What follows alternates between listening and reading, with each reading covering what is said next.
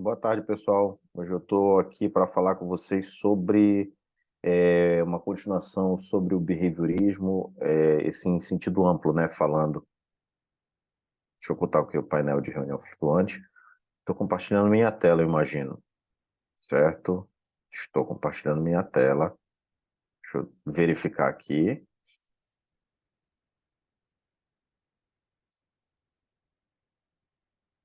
Cara, às vezes isso me dá uma raiva, esse zoom. Vamos lá, né? Ó,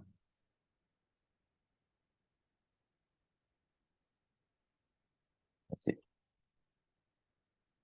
Exibir painel de deputados. Estou compartilhando a tela. Muito bem.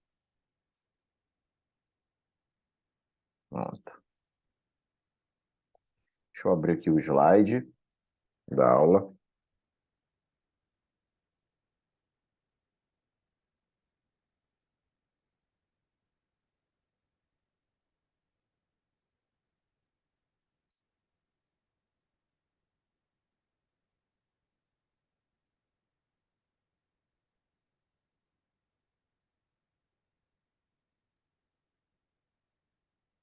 Pronto.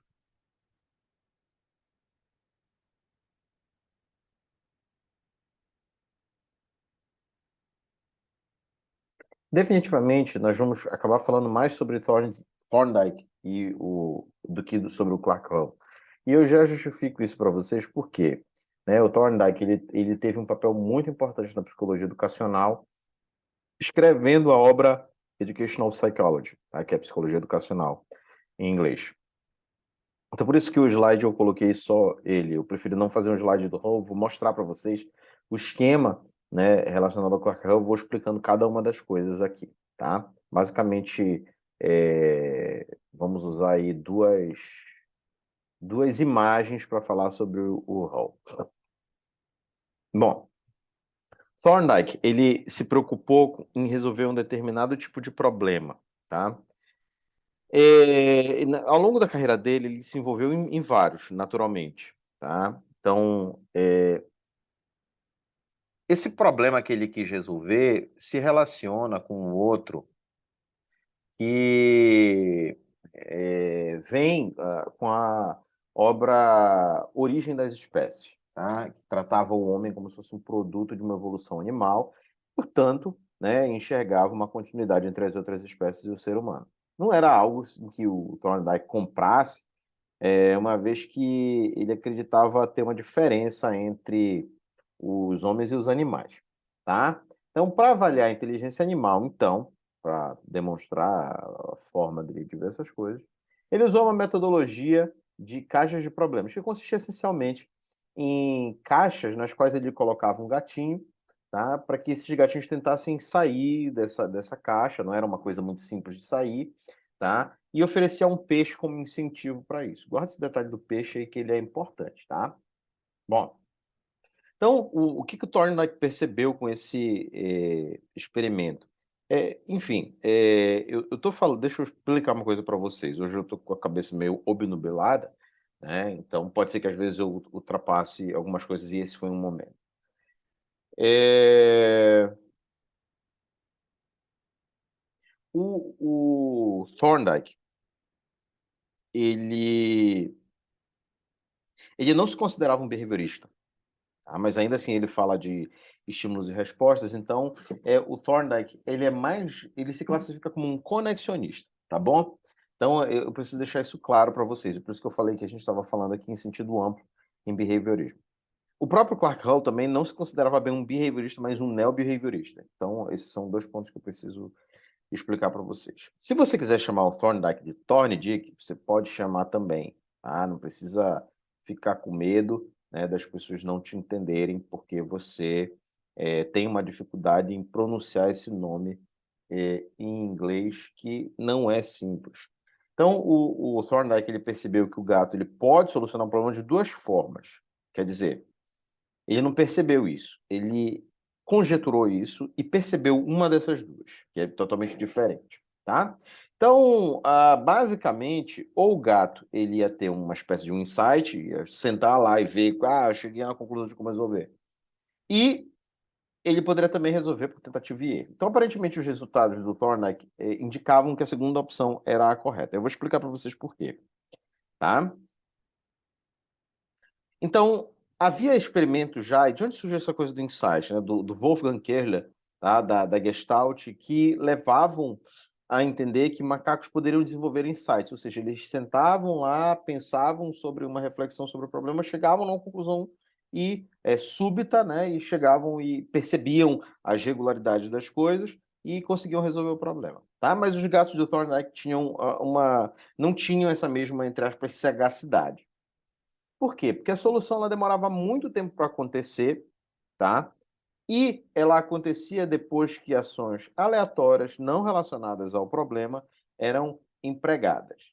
Tá? Então, a gama de respostas aleatórias, por exemplo, o gato se deitar e começar a coçar as costas, ou andar de uma forma esquisita, tá? Elas eram empregadas, tá? Para achar a solução do problema, que, no entanto, à medida que esse gato aprendia a sair da caixa, o tempo de resposta dele para quando ele era colocado lá outras vezes, ele ia diminuindo, ou seja, à medida que o problema reaparecia para o gato, o tempo de resposta decaía, até meio que exponencialmente. Tá? Isso explicava ao mesmo tempo que a aprendizagem ela estava associada ela ocorria justamente porque o gato começava a exibir o mesmo padrão de comportamento, só que num tempo menor.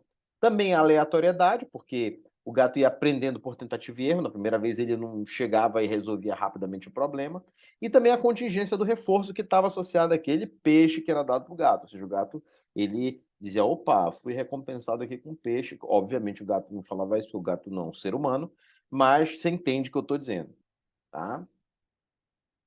Outra conclusão do Thorndike é que os animais não aprendem por observação. Como é que ele chegou nisso? Simplesmente, não aprende? Não, ele chegou na seguinte conclusão. Ele entende que não há uma espécie de raciocínio em nível superior em gatos. Ele também infere que não há indícios nenhum de imitação animal, ou seja, que um animal imita o outro, entre aspas, conscientemente. Tá? Conscientemente também não é a melhor palavra, tá? Mas ele não imita de uma forma deliberada.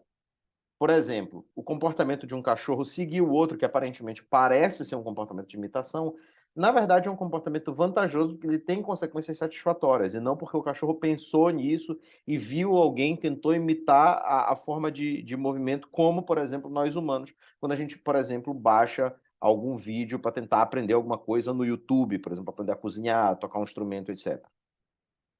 Então, no experimento dele, ele ainda fez uma coisa bem interessante. Ele mostrava que nenhum dos animais que estavam vendo outros animais conseguiu aprender por observação. Então, ele botava um outro gato para ver um outro gato. Ele botava um gato para ver outro gato resolvendo lá o problema da caixa, e o gato não aprendia somente por ver. Tá? Bom, outro aspecto importante para o Thorndike é que ele leva em conta tanto a contingência quanto a contiguidade. Tá? Ele vai dizer que a contingência tem efeito sobre o nosso comportamento. Aí, o que é contingência? Vamos voltar. Um evento A vai acontecer se um evento B acontecer. Isso que é a definição geral de contingência. Eu vou explicar isso de uma outra maneira. Ele vai dizer que o reforçamento ocorre devido às consequências do comportamento. Se você emite um comportamento e esse comportamento é reforçado, então nós temos uma condição, tá? O comportamento resulta em consequências agradáveis, ou seja, você tem uma recompensa ou na eliminação de algo desagradável, você tem um aspecto contingente. Vamos supor que você queira a aprovação de alguém, né? Aí você faz o quê? Você emite um comportamento. Você bota aquela foto totalmente biscoiteira lá no Instagram, tá? As pessoas vão ver, vão botar foguinho, vão botar curtida e tal, e você de repente, se encontra num estado agradável de coisas que envolve uma validação sua, e você diz, opa, vou fazer isso aqui de novo, porque eu vou obter mais um reforço.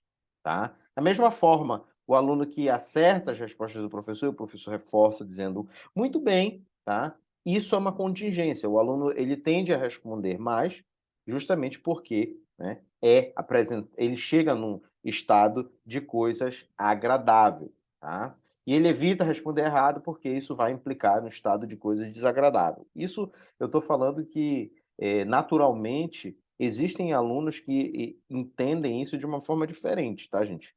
Né? Que é o caso do aluno que responde errado para ser engraçado, né? Que traz uma resposta absurda, porque o estado de coisa desagradável para ele é diferente. Tá? E a gente já vai falar sobre esse estado de coisa, se agradável ou desagradável. Porque você pensa, pô, mas o Thorndike não era um behaviorista, e ele está com esse negócio de agradável ou desagradável, que é totalmente parecido aí com uma mentalidade mentalista. Calma que eu já vou explicar. Tá? Então, a contiguidade também tem um efeito. Então, o Pavlov, Guthrie e o Watson, tá? Eles eram teóricos da contiguidade, eles acreditavam que as coisas estavam ligadas umas às outras, né? O estímulo e a resposta estavam ligados uns aos outros, porque eram, digamos assim, muito próximos espacialmente ou temporalmente. Um era logo seguido do outro. Aí no tempo, ou estava próximo no espaço. Tá? Então, a contiguidade também tem efeito para o Thorndike. Ele vai dizer que quando estímulo e resposta apresentam contiguidade espacial ou temporal, são apresentados juntos no mesmo lugar ou próximos no mesmo tempo, eles tendem a ser aprendidos. E é a primeira lei, a lei do exercício. Tá? A lei do exercício afirma, tá, que estímulo e resposta, esse pareamento é reforçado, ou esses pareamentos são reforçados quando são excitadas frequentemente, recentemente e vigorosamente. Então, para o Thorndike, aprender implica em formar vínculos entre estímulos e respostas, enquanto esquecer implica em apagar essas conexões. A lei do exercício relaciona três variáveis do condicionamento clássico. Estímulo e resposta são reforçados por serem excitadas de maneira frequente, ou seja, muitas vezes ao longo do tempo, recentemente, muito próximo no tempo e vigorosamente, com uma alta intensidade do estímulo. Bom, tem uma implicação interessante para isso. Agora você já consegue entender de onde vem a ideia de que a prática e a repetição elas melhoram a aprendizagem, tá? O próprio Thorndike, ironicamente, ele vai revogar essa lei posteriormente e dizer que isso não tem nada a ver. Mas nos anos 30 e 40, foi muito popular a apresentação de exercícios repetitivos em algumas disciplinas, tais como, por exemplo, a matemática, e isso ainda é lei e consenso entre muitos professores mais tradicionais de que você tem que repetir para que você aprenda. Mas, na verdade, o próprio Thorndike já desmentiu isso no ato da revisão da teoria dele, tá bom?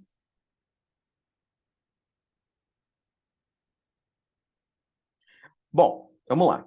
Eu falei para vocês, né, que agradável ou desagradável era uma coisa meio mentalista e tal, mas o próprio Thorndike vai definir esses termos de maneira um pouco mais objetiva. Então, o que acontece? A lei do efeito é uma lei de contingência, tá? Reparem, o organismo ele se adapta ao ambiente mudando o comportamento conforme os seus efeitos, ou seja, para mudar o comportamento tem que ter um determinado efeito que provoque uma mudança nesse comportamento, tá? A lei do efeito vai dizer ainda que comportamentos agradáveis aumentam a frequência da resposta, que comportamentos desagradáveis diminuem a frequência da resposta. Mas agradável para quem? Não é que o comportamento seja agradável, mas esse comportamento leva a consequências agradáveis, como, por exemplo, uma recompensa, a criança que ganha a estrelinha da tia, tá? Ou, né, desagradáveis, como, por exemplo, um tipo de punição, ou mesmo uma criança que recebe uma admoestação lá da professora ou do professor, tá bom? E por que que são agradáveis esses estados de coisas que são efeitos de comportamento ou são desagradáveis? Bom, agradável, ele não tenta, tá? Ele tenta manter aquele estado e não tenta cessar. Ou seja, se uma coisa é agradável, eu quero manter e não quero que acabe. Já quando uma coisa é agradável, eu não quero manter e tento cessar, tá? Ou seja, uma coisa é agradável se eu quero manter e não quero e quero acabar, e não quero acabar, e ela é desagradável se eu não quero manter e quero acabar. É um ao contrário do outro, tá? Então, para o Thorndike, gravar uma conexão dependia muito mais das consequências do que do próprio exercício. As respostas, ele vai falar assim, as respostas que ocorreram antes de um estado de coisa satisfatório têm maior probabilidade de serem repetidas.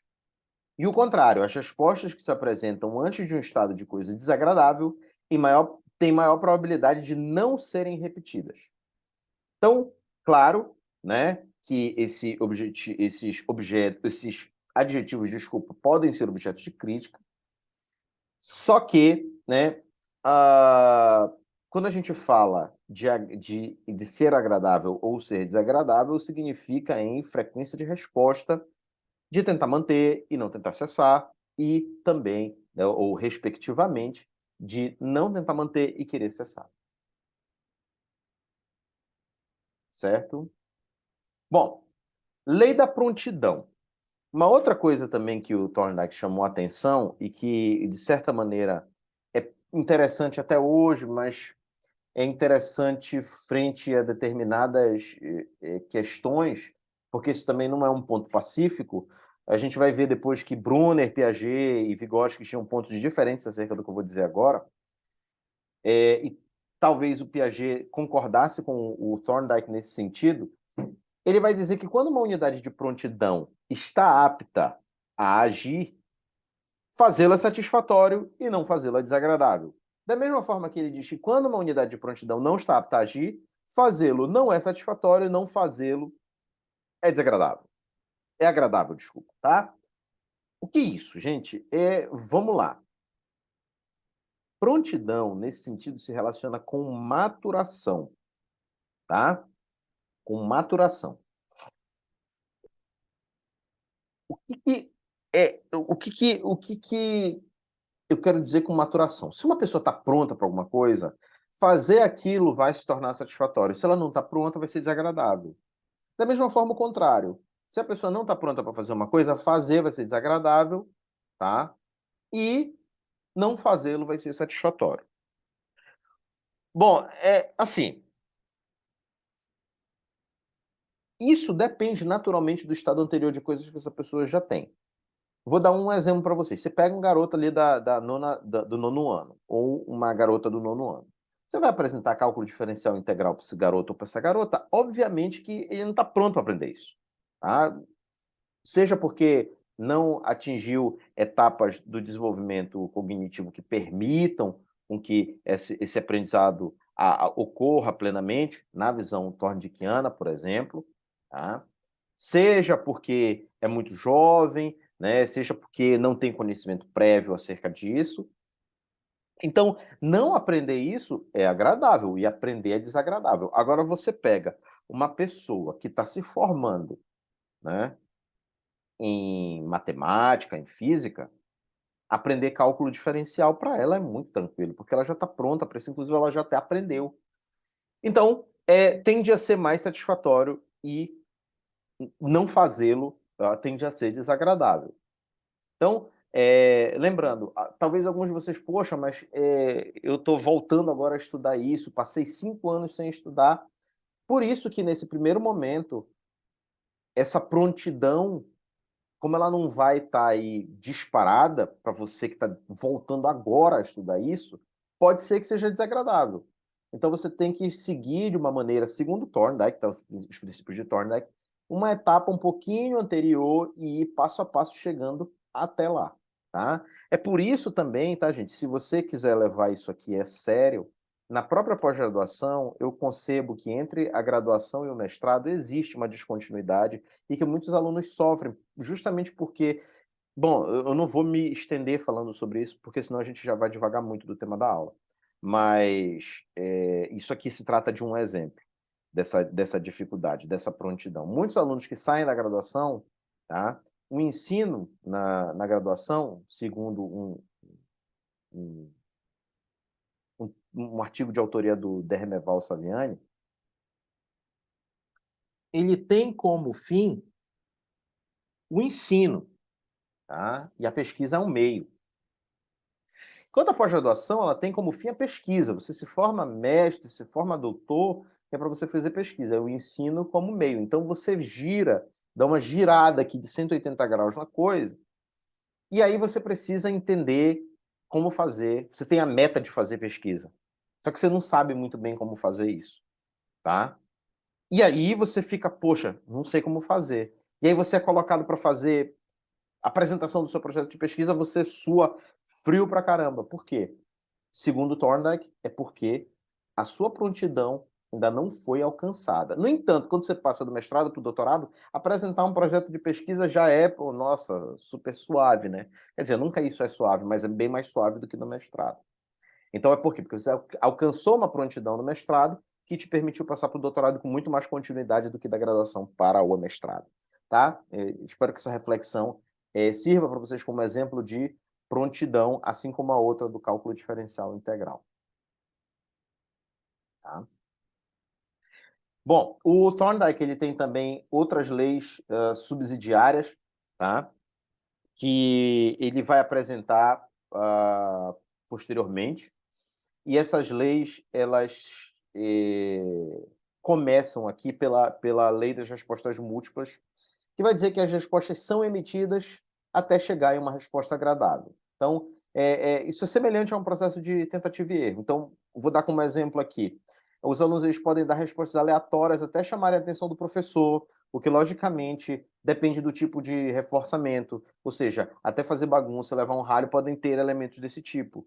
Por exemplo, se o aluno quer realmente chamar a atenção do professor e o professor ele se irrita muito com essa questão da bagunça, pode ser que ele obtenha um reforçamento que ele quer e isso seja um estado de coisa agradável. Diz, nossa, hoje eu descontrolei o professor, eu sou o cara. Né? Da mesma forma, um aluno que deseja chamar a atenção de um professor de uma maneira que esse professor ele dê o tipo de validação que o aluno espera, que é, por exemplo, dizendo que ele está correto, que ele está certo, que ele tem um grande potencial. Tá? Na caixa problema é o que realmente acontece, e por isso que eu introduzi logo um exemplo educacional antes que a gente falasse da caixa problema. Tá? Caixa problema, o gato emite múltiplas respostas até chegar numa que leve à saída da caixa. Uma outra questão é a da predisposição, que é uma tendência para agir de modo certo. Tá? Então, existem predisposições para agir de um modo certo, não, de um certo modo, que muda totalmente o sentido do que eu falei. Tá? Então, existem predisposições para agir de determinada maneira. Por exemplo, tá? Em uma família agressiva, a gente pode ter uma tendência de uma criança ou adolescente a responder de maneira agressiva. E aí chega na escola, esse garotinho quer dar porrada em todo mundo, esse garotinho quer se responder para o professor. Por quê? Porque essa predisposição, ela mostra aqui um efeito ambiental bem explícito, tá? De que o ambiente ele vai levar a pessoa a desenvolver certas predisposições. Tá? Da mesma forma em sociedades agressivas, mas aqui eu trouxe para o campo aí da psicologia escolar e educacional. Uma outra lei suplementar ou subsidiária, tá? É a preponderância de elementos, de que é possível reagir apenas aos elementos mais significativos de uma situação. Por exemplo, se você for fazer uma tarefa para o aluno para distinguir uma figura quadrada de uma figura retangular, o aluno ele pode dizer assim, essa aqui é quadrada, essa aqui é retangular, quaisquer cor que estejam lá, quaisquer espessuras dos traços que estejam nas figuras, porque isso não é um detalhe relevante. O que é relevante é olhar se os lados são iguais ou se os lados são... se tem se tem 4 lados iguais ou se tem 2 lados iguais. Como é que eu posso explicar isso aqui? 2 lados iguais entre si, mas diferentes de 2 outros lados, que é o caso do retângulo. O outro é a resposta por analogia, que é o uso de padrões antigos em situações novas, o que se reflete pelo conceito de transferência. Tá? Então, por exemplo, quando uma pessoa usa uma regra de subtração que é aprendida na escola para dar determinado troco, tá? Isso é a base da transferência. As pessoas elas transferem ou generalizam respostas e o fazem por meio de tentativa e erro, usando múltiplas respostas. Ou seja, ela tende a querer procurar um estado de coisas agradável e aí ela vai achando essas respostas e no meio desse processo pode ocorrer a generalização de respostas anteriores, como no caso do troco. Tá? Então, deu certo? Não, vou emitir outra resposta. Dar certo significa, claro, não é um julgamento cognitivo, mas um julgamento de ser recompensado ou entrar no estado de coisas agradáveis que corresponde a isso, tá bom? E a mudança associativa, né? A mudança associativa é uma espécie de substituição do estímulo. Você vai substituindo o estímulo pouco a pouco até que você mude o pareamento estímulo-resposta. Que exemplo disso? Eu não tenho. Eu não, bom, eu posso até formular um exemplo acerca disso, mas o que eu trouxe ele é mais interessante para ilustrar esse conceito. Então, o Thorndike, ele mesmo fez um experimento em que ele ensinava um gato a ficar em pé, e ele ofereceu inicialmente um pedaço de peixe, depois ele foi reduzindo esse pedaço de peixe até não oferecer pedaço nenhum, e o gato aprendeu a ficar em pé, substituindo esse estímulo do peixe por nada, né? Ou por uma indicação, ou por um dedo, por algum outro tipo de estímulo, tá?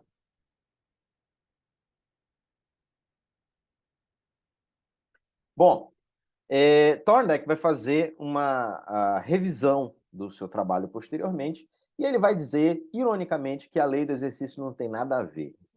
Então, a repetição não afeta a aprendizagem. Ele reparou que as conexões mais frequentes, as conexões mais fortes, elas não tinham a ver com a frequência, tá? Que é o que diz a lei do exercício.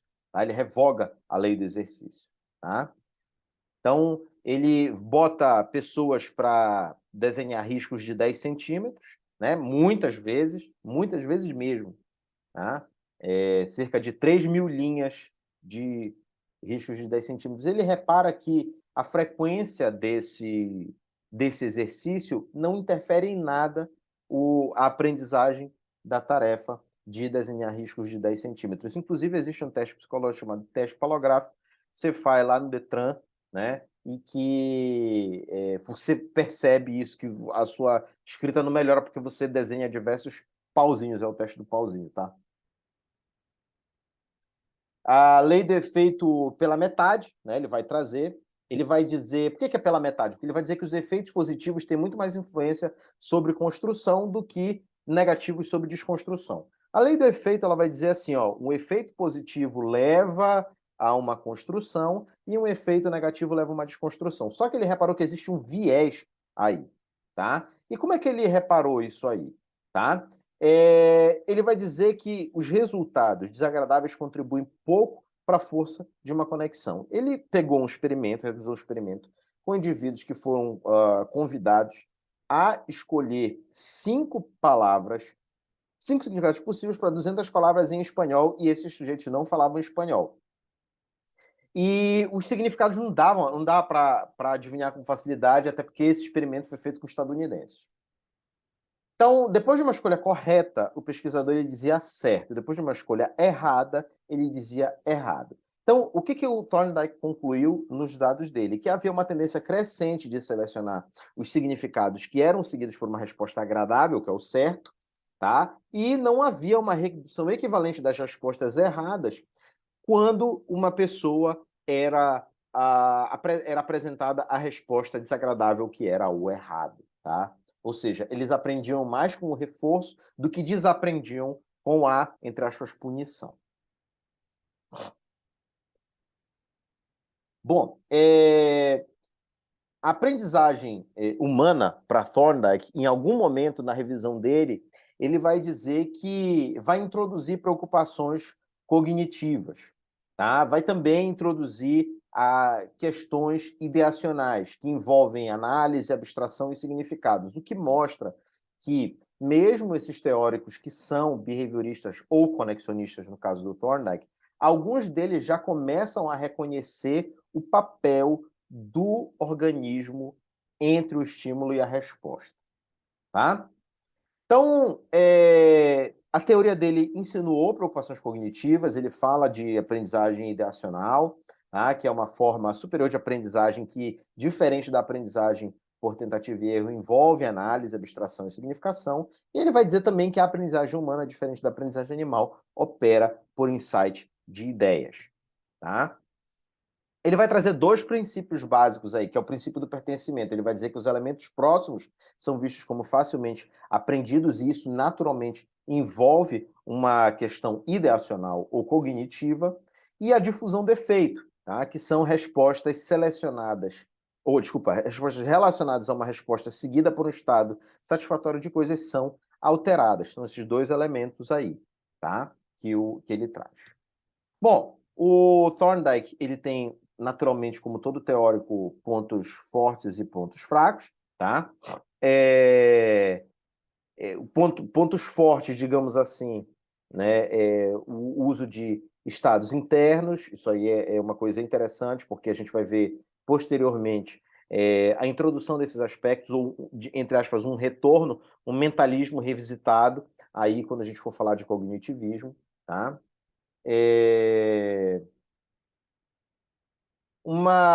A questão aí é que ele se utilizou muito de observação informal.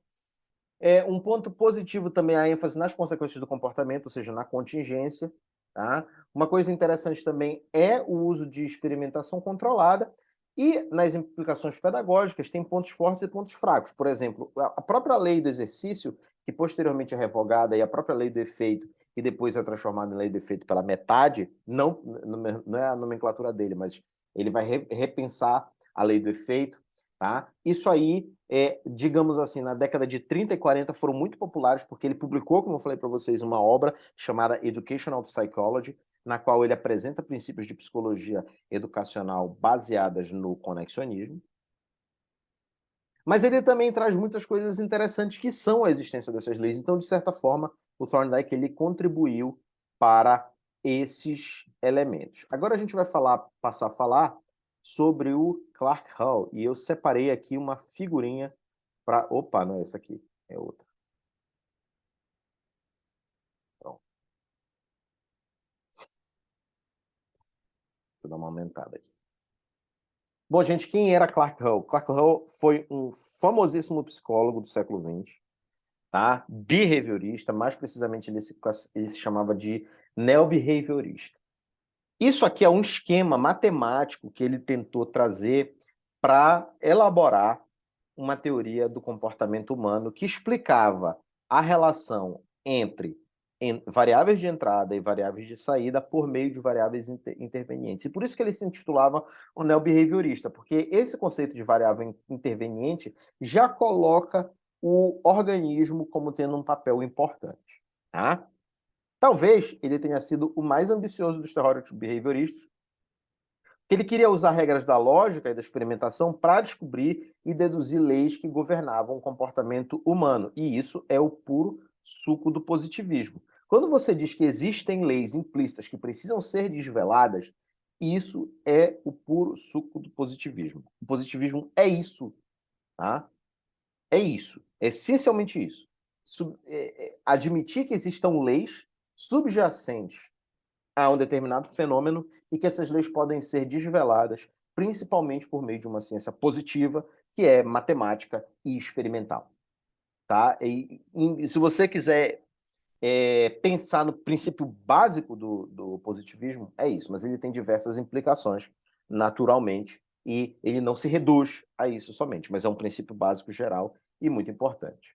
Tá? O Hall ele formulou 17 postulados, tá? São 17 leis que ele assume como verdadeiras, das quais derivam centenas, cerca de 133 teoremas e corolários. Ele tem um livro chamado, que ele publicou, acho que foi em 1950, chama Principles of Behavior, Princípios do Comportamento, tá? E ele enuncia essas leis e corolários.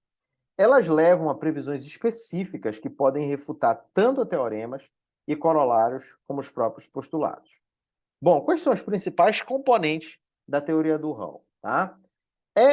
Precisão, objetividade e rigor. Você vê aqui que tem símbolos matemáticos por trás disso aqui. Então, ele levou muito a sério essa questão. Então, ele formulou postulados e, com bases neles, formulava hipóteses específicas empíricas que eram testadas em laboratório. Para ele, o comportamento humano funciona com base também, assim como para todos os outros behavioristas, em estímulos e respostas. Assim como os outros teóricos, ele também se convenceu de que as respostas ambientalmente condicionadas subjazem ao comportamento. Então, a diferença entre dele e com os outros behavioristas tá em dois aspectos. A primeira é que ele faz uma descrição mais detalhada em termos de variáveis e ele coloca essas variáveis intervenientes, o que mostra uma posição em que o organismo ele é importante. Bom, aqui nós temos 3 tipos de variáveis, eu vou explicá-las para vocês. São as variáveis de input, de entrada, tá? Quem não sabe o que significa input, significa entrada, né? Que nem num computador, tá? E output são a saída, as variáveis de saída.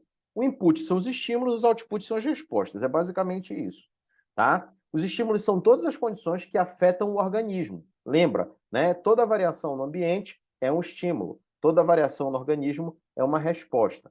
Então, o input são as condições ambientais variadas que podem ou não resultar num comportamento. Elas compõem a entrada ou input. Para RAM, as respostas são as variáveis de saída ou o output. Tá? Os postulados que são trazidos pelo RAM tentam explicar as relações entre a saída e a entrada, e para isso ele usava variáveis de mediação ou variáveis intervenientes. Tá? Essas variáveis intervenientes são conjecturas que ligam um estímulo com as respostas. Tá? Então, enquanto as variáveis de input e output são observáveis e mensuráveis, ou seja, dá para observá-las e medir no laboratório, as intervenientes eram hipotéticas, elas serão todas pensadas na cabeça do experimentador. Então, são conjecturas sobre o que ocorre entre a apresentação de um estímulo e a apresentação de uma resposta. E isso, naturalmente, é diferente da mentalidade behaviorista, é tanto que, como já ressaltei, ele se descrevia como um neobehaviorista e ele acrescentava o que acontecia dentro do organismo. Então, Hahn entende que entre um estímulo e uma resposta há um papel importante do organismo. Uma coisa que é muito importante e relevante é que o Hahn é um dos primeiros a começar aqueles estudos que vão desaguar lá no que a gente chama de motivação. Ele quer entender o que leva a um comportamento a acontecer. Motivação vem disso, de movimento, de o que leva uma pessoa a ter determinado comportamento. Tá? Para ele, a recompensa é um sistema central na aprendizagem. Tá? A recompensação é um sistema central. Recompensa é importante para a aprendizagem.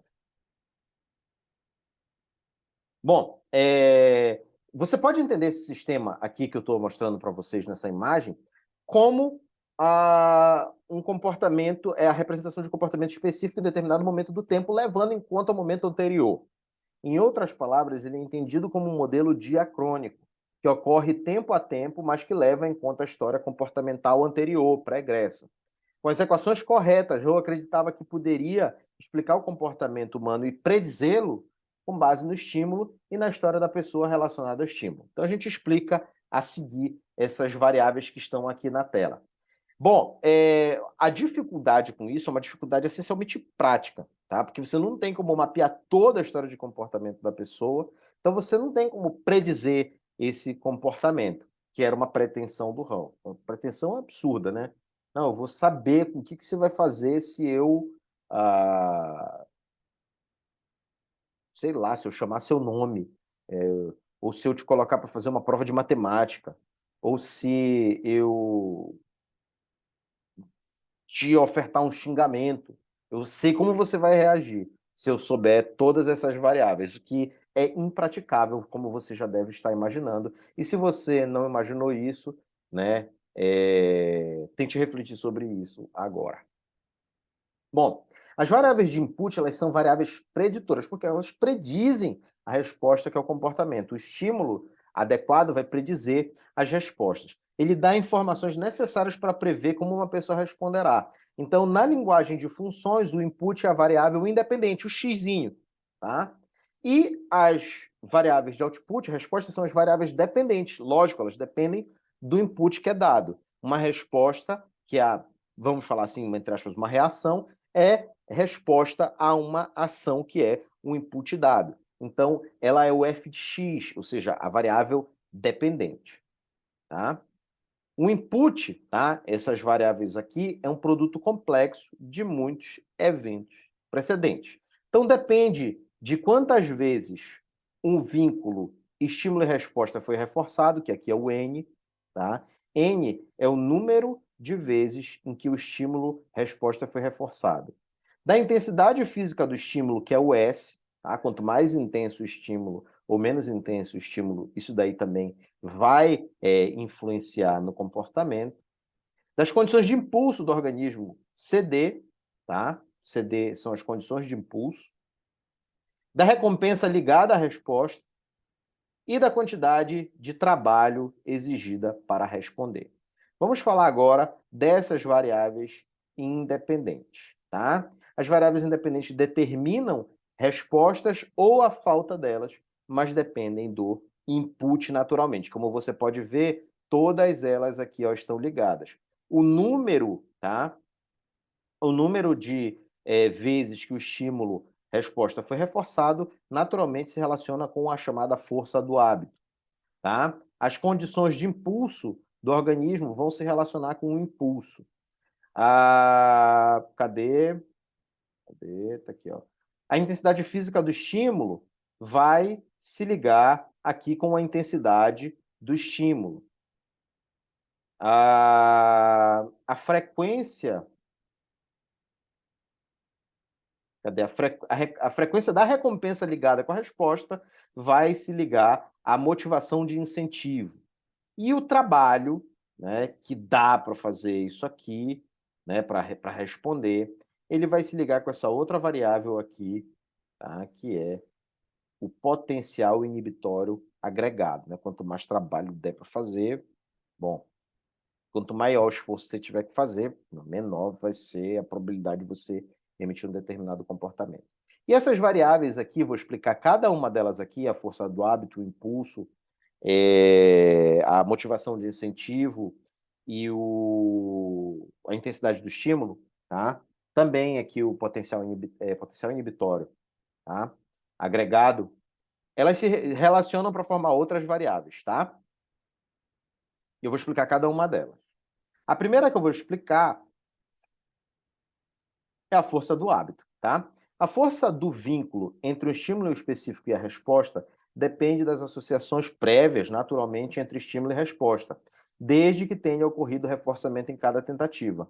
A força do hábito é mais função do reforçamento do que uma simples repetição. Ou seja, aqui a contingência de novo. Quanto mais você é reforçado por você por você apresentar uma resposta correta, por exemplo, na própria sala de aula, maior é o hábito de você fazer. Tanto é que é mais comum, ou parece ser mais comum, que os alunos que respondem mais e são reforçados na sala de aula tendam a responder mais. E aí eles são, entre aspas, classificados como alunos bons, né? Justamente por causa da força do hábito. Eu coloco muito bem entre aspas, porque dizer que um aluno é bom pela quantidade de vezes que ele responde correto não necessariamente é um bom critério, tá?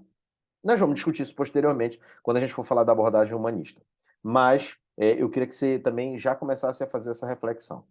O impulso para Hull, que é o D, é a variável interveniente mais importante na determinação do comportamento. Tá? O impulso, ele se liga ao reforçamento. Ele parte da premissa, e nós vamos voltar a discutir isso aqui na aula sobre motivação,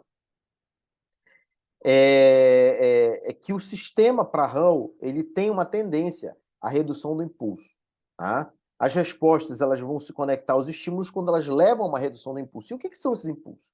Os impulsos eles podem ser primários ou secundários. Os primários eles se ligam a necessidades fisiológicas, como por exemplo comida e água. Já os impulsos secundários eles são condicionados aos primários por meio de contiguidade, como por exemplo necessidade de destacar-se, ou de ter dinheiro, ou de ser uma pessoa famosa, eles se ligam aí por contiguidade a esses impulsos primários. Então, por exemplo, se eu tiver muito dinheiro, eu vou ter como comprar água e comida, né? Ou bebida e comida, que são coisas que são primárias para mim, tá?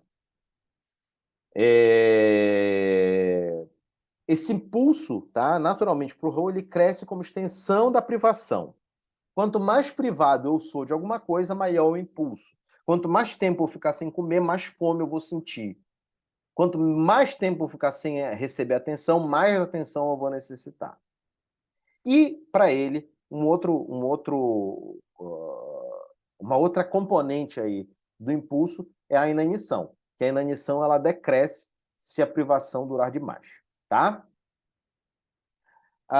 Quais são as funções do impulso, tá, gente? Já que o impulso tem um papel preponderante aí na descrição do Hall. Tá? É proporcionar reforçamento. e ativar também a força do hábito, tá? O comportamento ele não vai ocorrer se não tiver impulso. Você pode ser muito bom em alguma coisa, tá? Eu vou dar um exemplo aqui, por exemplo. Eu toco numa banda de rock, tá? Muito difícil eu pegar na minha guitarra. Não deveria ser assim, mas eu tô com o meu tempo totalmente escasso. Agora, quando tem um show para tocar, isso aí é um impulso, tá? É um impulso. Eu tenho que ir lá tocar no show, né? Eu fiz um compromisso. E aí eu vou lá e toco a guitarra, tá? Da mesma forma você, né? Eu imagino que você, sendo professor, é muito bom em dar aulas. Só que você não vai dar aulas aleatoriamente se não tiver a necessidade, por exemplo, de você dar aula. Então você vai lá para reduzir o impulso. Então você tem que, sei lá, 200 dias letivos aí para você trabalhar, você vai trabalhar até que zere esses dias letivos e aí você entra no período de recesso. Funciona assim, né, para muitos professores. Embora alguns professores ainda não tenham o seu impulso totalmente reduzido e ainda queiram ficar dando aula no YouTube, tá?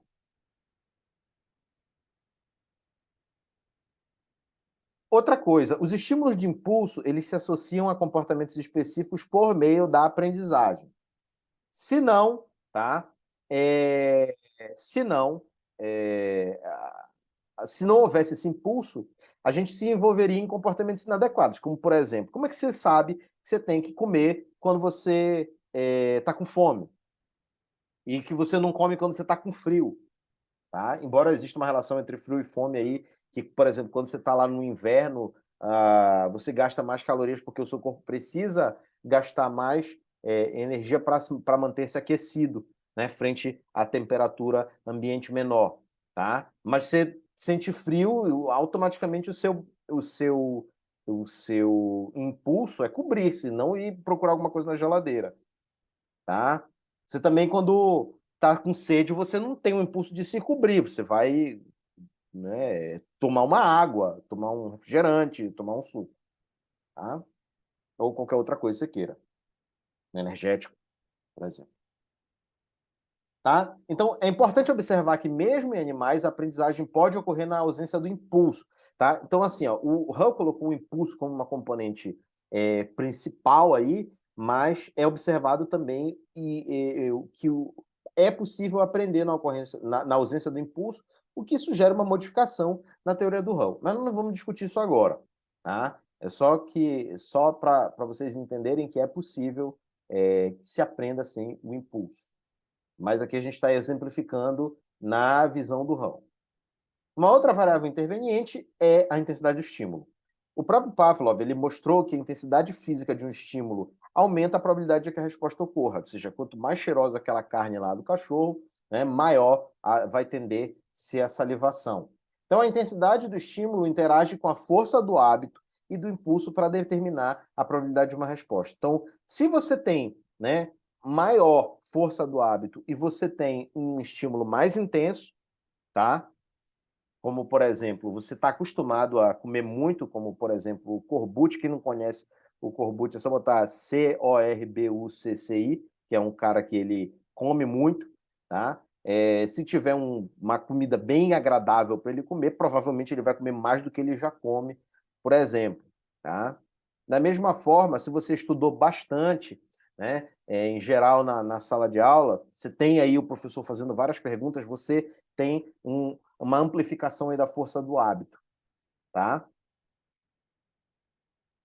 E também com o impulso, né? Quanto maior a intensidade do estímulo, maior o impulso também. A gente já vai ver uma equação que relaciona essas quatro variáveis aqui e você vai entender um pouco melhor. Eu vou escrever essa equação aqui para você, tá? Na verdade, ela é simples. Ela é o produto dessas quatro. Essa variável SER, ela é um produto dessas quatro. Motivação de incentivo, tá? Motivação de incentivo é determinada pela quantidade de recompensas, por isso que ela se relaciona aqui com a frequência da resposta compensadora aí, tá? Então, em 1942, o Crespi, ele mostrou que o impulso sozinho não explicaria a motivação, tá? Ele mostrou que um grupo de 3 ratos que recebiam quantidades diferentes de recompensa para correrem até uma caixa-alvo, eles tinham comportamentos diferentes. Os ratos que receberam maior recompensa eles correram mais rápido, ou seja, por exemplo, eles recebiam uma pelotinha de comida. O primeiro grupo recebia 3 pelotinhas, o segundo grupo 2 e o terceiro 1. Esses que receberam 3 corriam mais rápido do que os que recebiam 2, que corriam mais rápido dos que recebiam só 1. Tá? Então, isso foi a primeira parte. Eles deram partes desiguais aí de recompensa para esses 3 grupos, e os grupos que receberam mais recompensa correram mais rápido. Na segunda etapa, eles igualaram, passaram a dar 2 para cada um, tá? Passaram a dar a mesma quantidade. Os que tiveram um aumento na quantidade, tá? Corriam mais depressa do que os que tiveram um decréscimo. Então, por exemplo, o grupo 1, que recebia 3, passou a receber 2 e correu mais devagar do que o grupo 3, que começou a receber 2 e teve um aumento de 1 e começou a correr mais rápido. O que isso significa? A conclusão disso é que os reforçamentos prévios também são importantes na determinação do comportamento. O impulso sozinho, tá, associado aí à intensidade do estímulo também, tá, e à força do hábito, eles não explicam sozinhos. Você precisa dessa motivação de incentivo. Tá? Professor, conta aí um exemplo educacional para a gente. Tá? Você começa dando 10 para o seu aluno, e aí ele começa a responder bem rápido, a coisa vai ficando difícil, e aí você começa a dar 7 para ele, aí ele começa a responder mais devagar ainda. Às vezes um aluno que começou com 7 termina o curso com uma nota melhor, né? E aqui eu estou igualando nota com rendimento, naturalmente, com comportamento de você se dedicar a estudar e aprender um determinado conteúdo, o que não necessariamente pode acontecer, porque você pode decorar tudo e tirar uma nota alta mesmo sem aprender nada. Tá? Então, eu estou fazendo essa conexão aqui para mostrar para vocês que, em questão de desempenho, pode não ter nada a ver com a cognição. Por isso que eu estou falando de desempenho, eu não estou falando de cognição, porque a gente está falando de behavioristas, tá? Então, às vezes, o aluno começa tirando 7, depois ele começa tirando 10, com o igualamento das condições aí, ou melhor, ele começa tirando 8, e aí a nota dele sobe para 9, ele pode ter um rendimento melhor em algum momento do que o aluno que começa com 10 e baixa para 9, tá? Isso que está associado com a motivação do incentivo. Você dá um incentivo a mais para a pessoa ter um maior desempenho. Bom, e o potencial de reação? O potencial de reação, gente, é esse SER, que é um produto dessas 4 variáveis aqui. Falei para vocês, né, que a gente ia usar uma figura para explicar quase a teoria do Hall, né? É mais fácil, inclusive, do que usar slides. Tá? Por quê? Porque ela mostra toda a relação aqui entre essas coisas. Tá? O potencial de reação é uma medida do potencial que o estímulo tem de evocar uma resposta específica. Ou seja, você dá um determinado estímulo, essa resposta pode ou não ocorrer. Qual é o potencial de que isso ocorra? É o SER. Então, depende de quantas vezes o estímulo se associa à resposta e ao reforço, ou seja, depende aqui da força do hábito, tá? Da grandeza do impulso, deriva do D aqui e do CD naturalmente, da quantidade de recompensa e da intensidade do estímulo. Então, isso aqui é um produto, é uma função que é um produto dessas 4. Então, o SER, que é o potencial de reação, ele é um produto da força do hábito, do impulso, da intensidade do estímulo e da motivação de recompensa. Tá?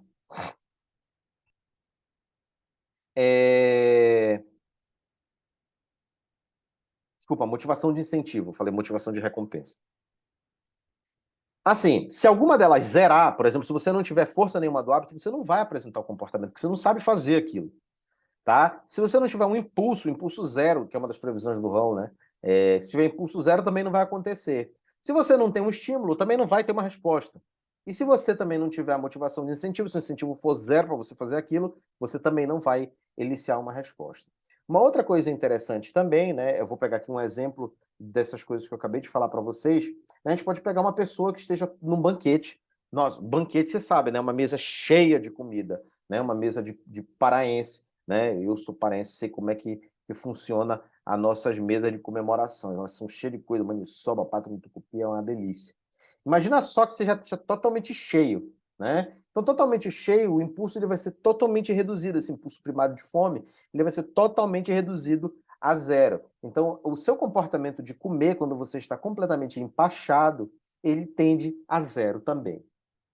Tá? Outras situações. Você pode não ter comida nenhuma. Se não tem comida nenhuma, né? Não tem motivação de incentivo para você comer, tá? Se a pessoa é cega e não tem um olfato, ou seja, ela não está vendo nem sentindo o cheiro da comida, ela também não tem por que, né, comer, porque o estímulo para ela é zero, tá? E a pessoa também não aprendeu a comer. Você pega um bebezinho que não aprendeu a comer, bom, não vai comer porque a força do hábito para ele é zero, tá? Então, nenhum desses casos que eu mencionei para vocês leva à resposta de comer porque eles zeram o potencial de reação.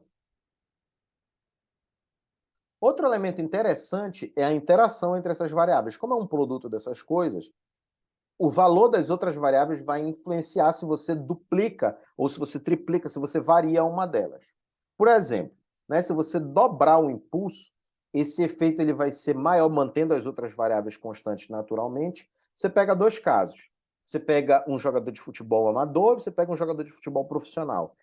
Os dois vão ter forças do hábito diferentes. O jogador profissional de futebol, ele vai ter uma força do hábito altíssima, tá? Porque ele pratica muito e é recompensado por isso, tá? Seja por dinheiro, seja por fama, seja por, enfim, ele é recompensado por isso, ele tem respostas positivas para isso. Já o jogador amador tem muito pouco. Então você dobrar o impulso, né, vai ter um efeito diferente para os dois, sendo o efeito maior para o potencial de reação do jogador de futebol profissional. Então, isso aí implica em quê? Tá? Como um comportamento ele precisa de um potencial mínimo para acontecer, uma resposta abaixo do potencial de reação mínimo, de um limiar de reação, ela não vai ocorrer, tá? O jogador ele vai ter um potencial de reação para jogar muito maior se ele for um jogador profissional, mantidas as outras variáveis constantes e considerando a diferença entre as forças dos hábitos. Isso implica em um jogador ter uma menor latência de resposta, que é o tempo entre o estímulo e a resposta, ou seja, entre o estímulo para jogar bola e jogar bola de fato, em uma maior amplitude de resposta, ou seja, uma ampla gama de comportamentos que ele pode apresentar, e um tempo de extinção mais longo, ou seja, a resposta de parar de jogar bola, tá, que seria a extinção desse comportamento, ela é mais longa. Ou seja, em outras palavras, o comportamento ele vai tender a ser mais rápido, mais amplo e mais preservado quanto maior a força do hábito quando se dobra, por exemplo, o valor do impulso. E você pode fazer essa brincadeira com as 4 variáveis aí e você vai chegar à conclusão de que elas interagem fortemente umas com as outras. No exemplo, eu trouxe aqui uma interação entre o impulso D e a força do hábito SHR, tá? Bom, essa outra variável aqui, ó, que é o SER bolinha, ele é um potencial de reação líquido. Tem uma outra variável aqui, tá? Que a gente vai falar depois dessa do potencial de reação líquido, tá? Depois da gente falar sobre o potencial inibitório agregado. Bom, o potencial inibitório agregado se liga ao trabalho necessário para fazer, para emitir uma determinada resposta, tá? Então, SIR é a tendência do organismo de não responder, tá? Essencialmente isso. Resulta da quantidade de trabalho para responder e de um hábito de não responder, que é função do desempenho repetitivo das respostas. Então, por exemplo, respostas que requerem grande gasto de energia física têm menos probabilidade de serem desenvolvidas que as que requerem menos esforço. Você, pô, cara, eu quero fazer, eu tô com vontade aqui de fazer um churrasco, mas eu, pô, vou ter que ir lá no supermercado, vou ter que comprar carne, vou ter que ir a pé, vou ter que andar 2 quilômetros, vou ter que trazer as compras na mão. Sabe, não, mano, deixa isso para depois, né? Totalmente diferente disso. Não, pô, tem a carne em casa, tem a sua cervejinha em casa, tem o carvão em casa, tem o sal grosso em casa, tem o pão de alho em casa, tá? Ou seja, dá menos trabalho. Então, esse potencial inibitório agregado é muito menor no caso de você ter as condições propícias e de dar menos trabalho, tá? Esse potencial inibitório agregado ele é maior quanto maior for o trabalho para realizar uma determinada coisa, né? E, naturalmente, quanto maior o trabalho para realizar alguma coisa, maior o potencial inibitório, menor a probabilidade de resposta, que foi a ligação que eu fiz no início, quando a gente estava discutindo o RAW. Quanto mais trabalho dá, menor a probabilidade de resposta, tá? Agora, se você tiver com um impulso enorme também de comer churrasco, muito provavelmente você vai até vencer essas limitações, tá? E aí nós vamos para o potencial líquido de reação, que é o SER bolinha, tá? É a diferença entre a tendência de não responder, que é o potencial inibitório, e a tendência de responder, que é o potencial de reação. Se o potencial de reação for maior que o inibitório, vai ter uma tendência a você responder. Se o potencial inibitório for maior do que o potencial de reação, vai ter uma tendência a não responder, tá? Bom, e o que é o limiar de reação? Onde a gente encontra esse limiar de reação? Ele não está aparecendo aqui, tá? Ele não está aparecendo aqui. Mas a gente vai falar dele. É uma magnitude em que o potencial de reação líquido deve exceder para a ocorrência de uma resposta. Não é no zero. Às vezes você tem um potencial de um limiar de reação que é um determinado valor em que exceda o potencial de reação e o potencial inibitório, tá? Então, se o potencial líquido de reação líquido for menor do que o limiar de reação, nenhuma resposta ocorre. Só ocorrem respostas acima de um determinado limiar. Uma outra variável também, que é esse SOR aqui, tá? É a oscilação comportamental, tá? O potencial de reação não está fixado com exatidão e oscila em torno de um valor central. Ou seja, esse potencial de reação ele não é constante sempre, ele está sempre oscilando por causa de oscilações comportamentais naturais do sujeito que podem ser, inclusive, aleatórias. E as variáveis de saída? Nós temos a latência de resposta, que é o STR, a amplitude de resposta e o número de respostas não reforçadas que poderiam ocorrer antes da extinção, tá? Aqui, ó, isso aqui é quando não ocorre a resposta, essa simbologiazinha aqui. Então, a latência da resposta é a diferença de tempo entre a apresentação do estímulo e o surgimento da resposta.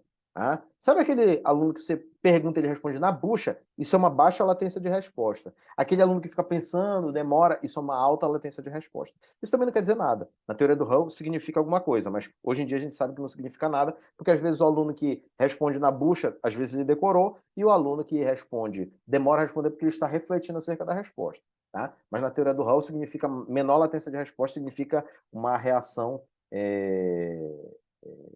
que tem um alto potencial de reação. Tá? A latência de resposta ela vai diminuir conforme aumente o potencial de reação. Quanto maior o potencial de reação, mais rápida é a resposta. A é a amplitude física da resposta, que cresce com o potencial de reação. Quanto maior o potencial de reação, maior a amplitude física da resposta. E o número de respostas não reforçadas que poderiam ocorrer antes da extinção. Como você sabe, o reforço ele tem um papel preponderante para o Hull, e quando uma resposta ela não é reforçada, ela tende a ser extinta. E isso é uma variável que ele leva em conta, que é o número de respostas não reforçadas que poderiam ocorrer antes da extinção. Tá? Quanto maior o potencial de reação, é maior esse número de respostas não reforçadas. Tá? Então, quando tem um potencial de ação baixo, a resposta é rapidamente extinta, o comportamento é rapidamente desaprendido. Quando tem um potencial de reação alto, essas respostas elas são mais tempo preservadas, tá? Então, em suma, tá? O potencial de reação líquido maior que o limiar, ele implica em uma resposta. E esse potencial de reação líquido é a diferença entre o potencial de reação e o potencial inibitório. Se essa diferença estiver acima de um determinado valor, que é o limiar, então a resposta ocorre. Se estiver abaixo, ela não ocorre. Bom, tem também o papel das respostas fracionárias aqui, ó. Vou mandar lá no, não sei como é que eu faço para colocar isso aqui no YouTube, né? Mas tem a lista de todas as variáveis aí que eu apresentei para vocês, tá?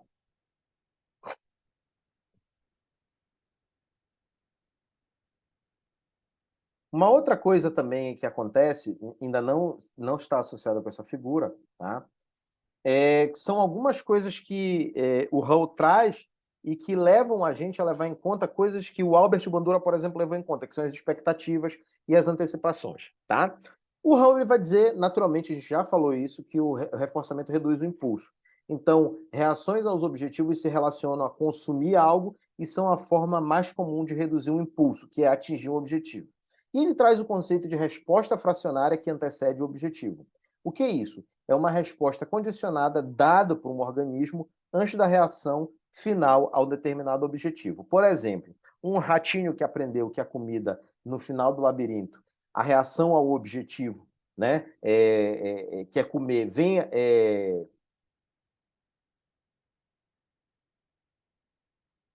a ser com a caixa de alimento, né, bem como com vários outros estímulos presentes, ele pode apresentar essa reação antes de chegar lá, tá? Você quer pensar em um outro exemplo típico? Tem um meme com isso, que eu já vou explicar para vocês, tá? Então, essas respostas, elas servem de estímulos que mantêm o comportamento dirigido a um objetivo. E eles estão ligados ao reforçamento, são reforçadores. Então, é quando você apresenta uma resposta antes de alcançar um objetivo. Um exemplo legal é uma que eu não achei em português isso aí, mas é aquele cara que fazia o Hannibal, o Mads Mikkelsen, e ele tá tomando uma taça de vinho com o óculos aqui em cima, né, e os olhos bastante, assim, passando uma expressão de que ele tá cansado. Aí, traduzindo para português o que estava escrito lá, é ele assim: eu, quando eu termino uma tarefa da minha enorme lista de tarefas. Então, é muito natural você, eu consegui fazer uma tarefa aqui, acho que eu vou comer uma coisinha, eu acho que eu vou tomar um banho, eu acho que eu vou dar uma relaxada, assistir um vídeo no YouTube. Por quê? Porque isso são estímulos recompensadores para você continuar a tarefa, e esse estímulo recompensador final que você teria no final da tarefa, você vai, digamos assim, antecipando, tá bom? Então esse é um outro conceito interessante que permite com que a gente fale acerca, ou comece a discussão acerca da previsão da expectativa, tá? Então, Hall introduz isso como uma forma, essa resposta fracionária que antecede o objetivo, como uma tentativa de explicar a antecipação em termos comportamentais. Ele afirma que é um mecanismo condicionado, que são maneiras behavioristas de explicar a intenção, a expectativa e até mesmo o propósito, que podem soar amplamente mentalistas. Bom, a última coisa que eu vou falar aqui para vocês é que Hall ele traz também uma coisa chamada hierarquia de famílias de hábitos.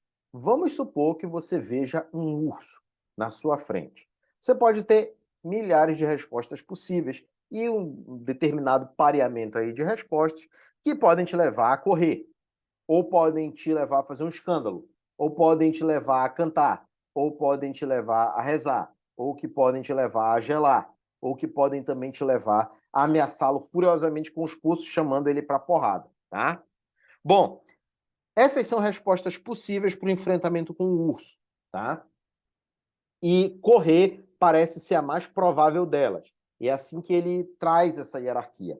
A resposta mais provável vai aparecer mais para cima, e é por isso que a gente tem uma hierarquia de respostas, porque essas respostas elas não são equiprováveis. E se assim fossem, a gente teria diversos comportamentos bem estranhos e aleatórios, né, que a gente considera hoje, tá? Ou seja, nem todos os comportamentos eles são considerados, digamos assim, socialmente aceitáveis, mas existe uma gama de possibilidades e algumas delas são mais prováveis do que outras, tá? Então, a resposta presumida mais provável para o indivíduo foi a reforçada no passado. E você fala, como? Que eu nunca encontrei um urso. Né? Isso pode sair por um reforçamento vicário, que é o reforçamento que você vê por outra pessoa enfrentando uma mesma situação, ou por você vivenciar uma situação que vai te levar a uma situação de luta ou fuga, por exemplo, que é algo que nós enfrentamos diariamente. Tá? E aí você pensa assim, nossa, onde o senhor está se metendo? O senhor está no meio de uma guerra? Não, frequentemente você tem que enfrentar situações que não são, entre aspas, reais ou concretas, tá? Em que você tem que fazer um trabalho. Você vai fazer o quê? Vai fugir? Vai gelar? Não, você vai fazer o trabalho. Mas tem gente que procrastina, que deixa para depois. Esse trabalho, esse TCC, essa dissertação, é o urso que você está encontrando, entende? Então, isso explica muito bem por que, né, que você pode também, se você for se deparar com o urso, começar a correr. Justamente porque você já enfrentou diversos desafios com os quais você disse assim, eu não vou dar conta. E você vai resolve correr, tá? Por último, né, nós temos implicações aqui da teoria Halliana, tá? Vou aqui interromper o meu compartilhamento, pois estamos chegando no final da nossa aula, tá? E podemos dizer que Hall influenciou muito fortemente a psicologia, embora não tenha feito um modelo prático. Ele possibilitou interesses cognitivos por trazer a intenção ou propósito que estão presentes nessas teorias. Ele tem uma influência darwiniana muito forte, porque ele vai também, assim como Thorndike, ele vai falar que as respostas mais adequadas são as respostas selecionadas, tá? Que é o caso do comportamento operante, tá? O comportamento ele é regido pelo reforçamento e ele é controlado pelas suas consequências. E também, né, ele vai trazer aspectos que são fundamentais para a construção de uma teoria da motivação, como, por exemplo, a ideia da redução do impulso, e o reforçamento ele está centralmente envolvido na aprendizagem, uma noção que nós vamos continuar na próxima aula com o Skinner. Então, um forte abraço a todos e até mais.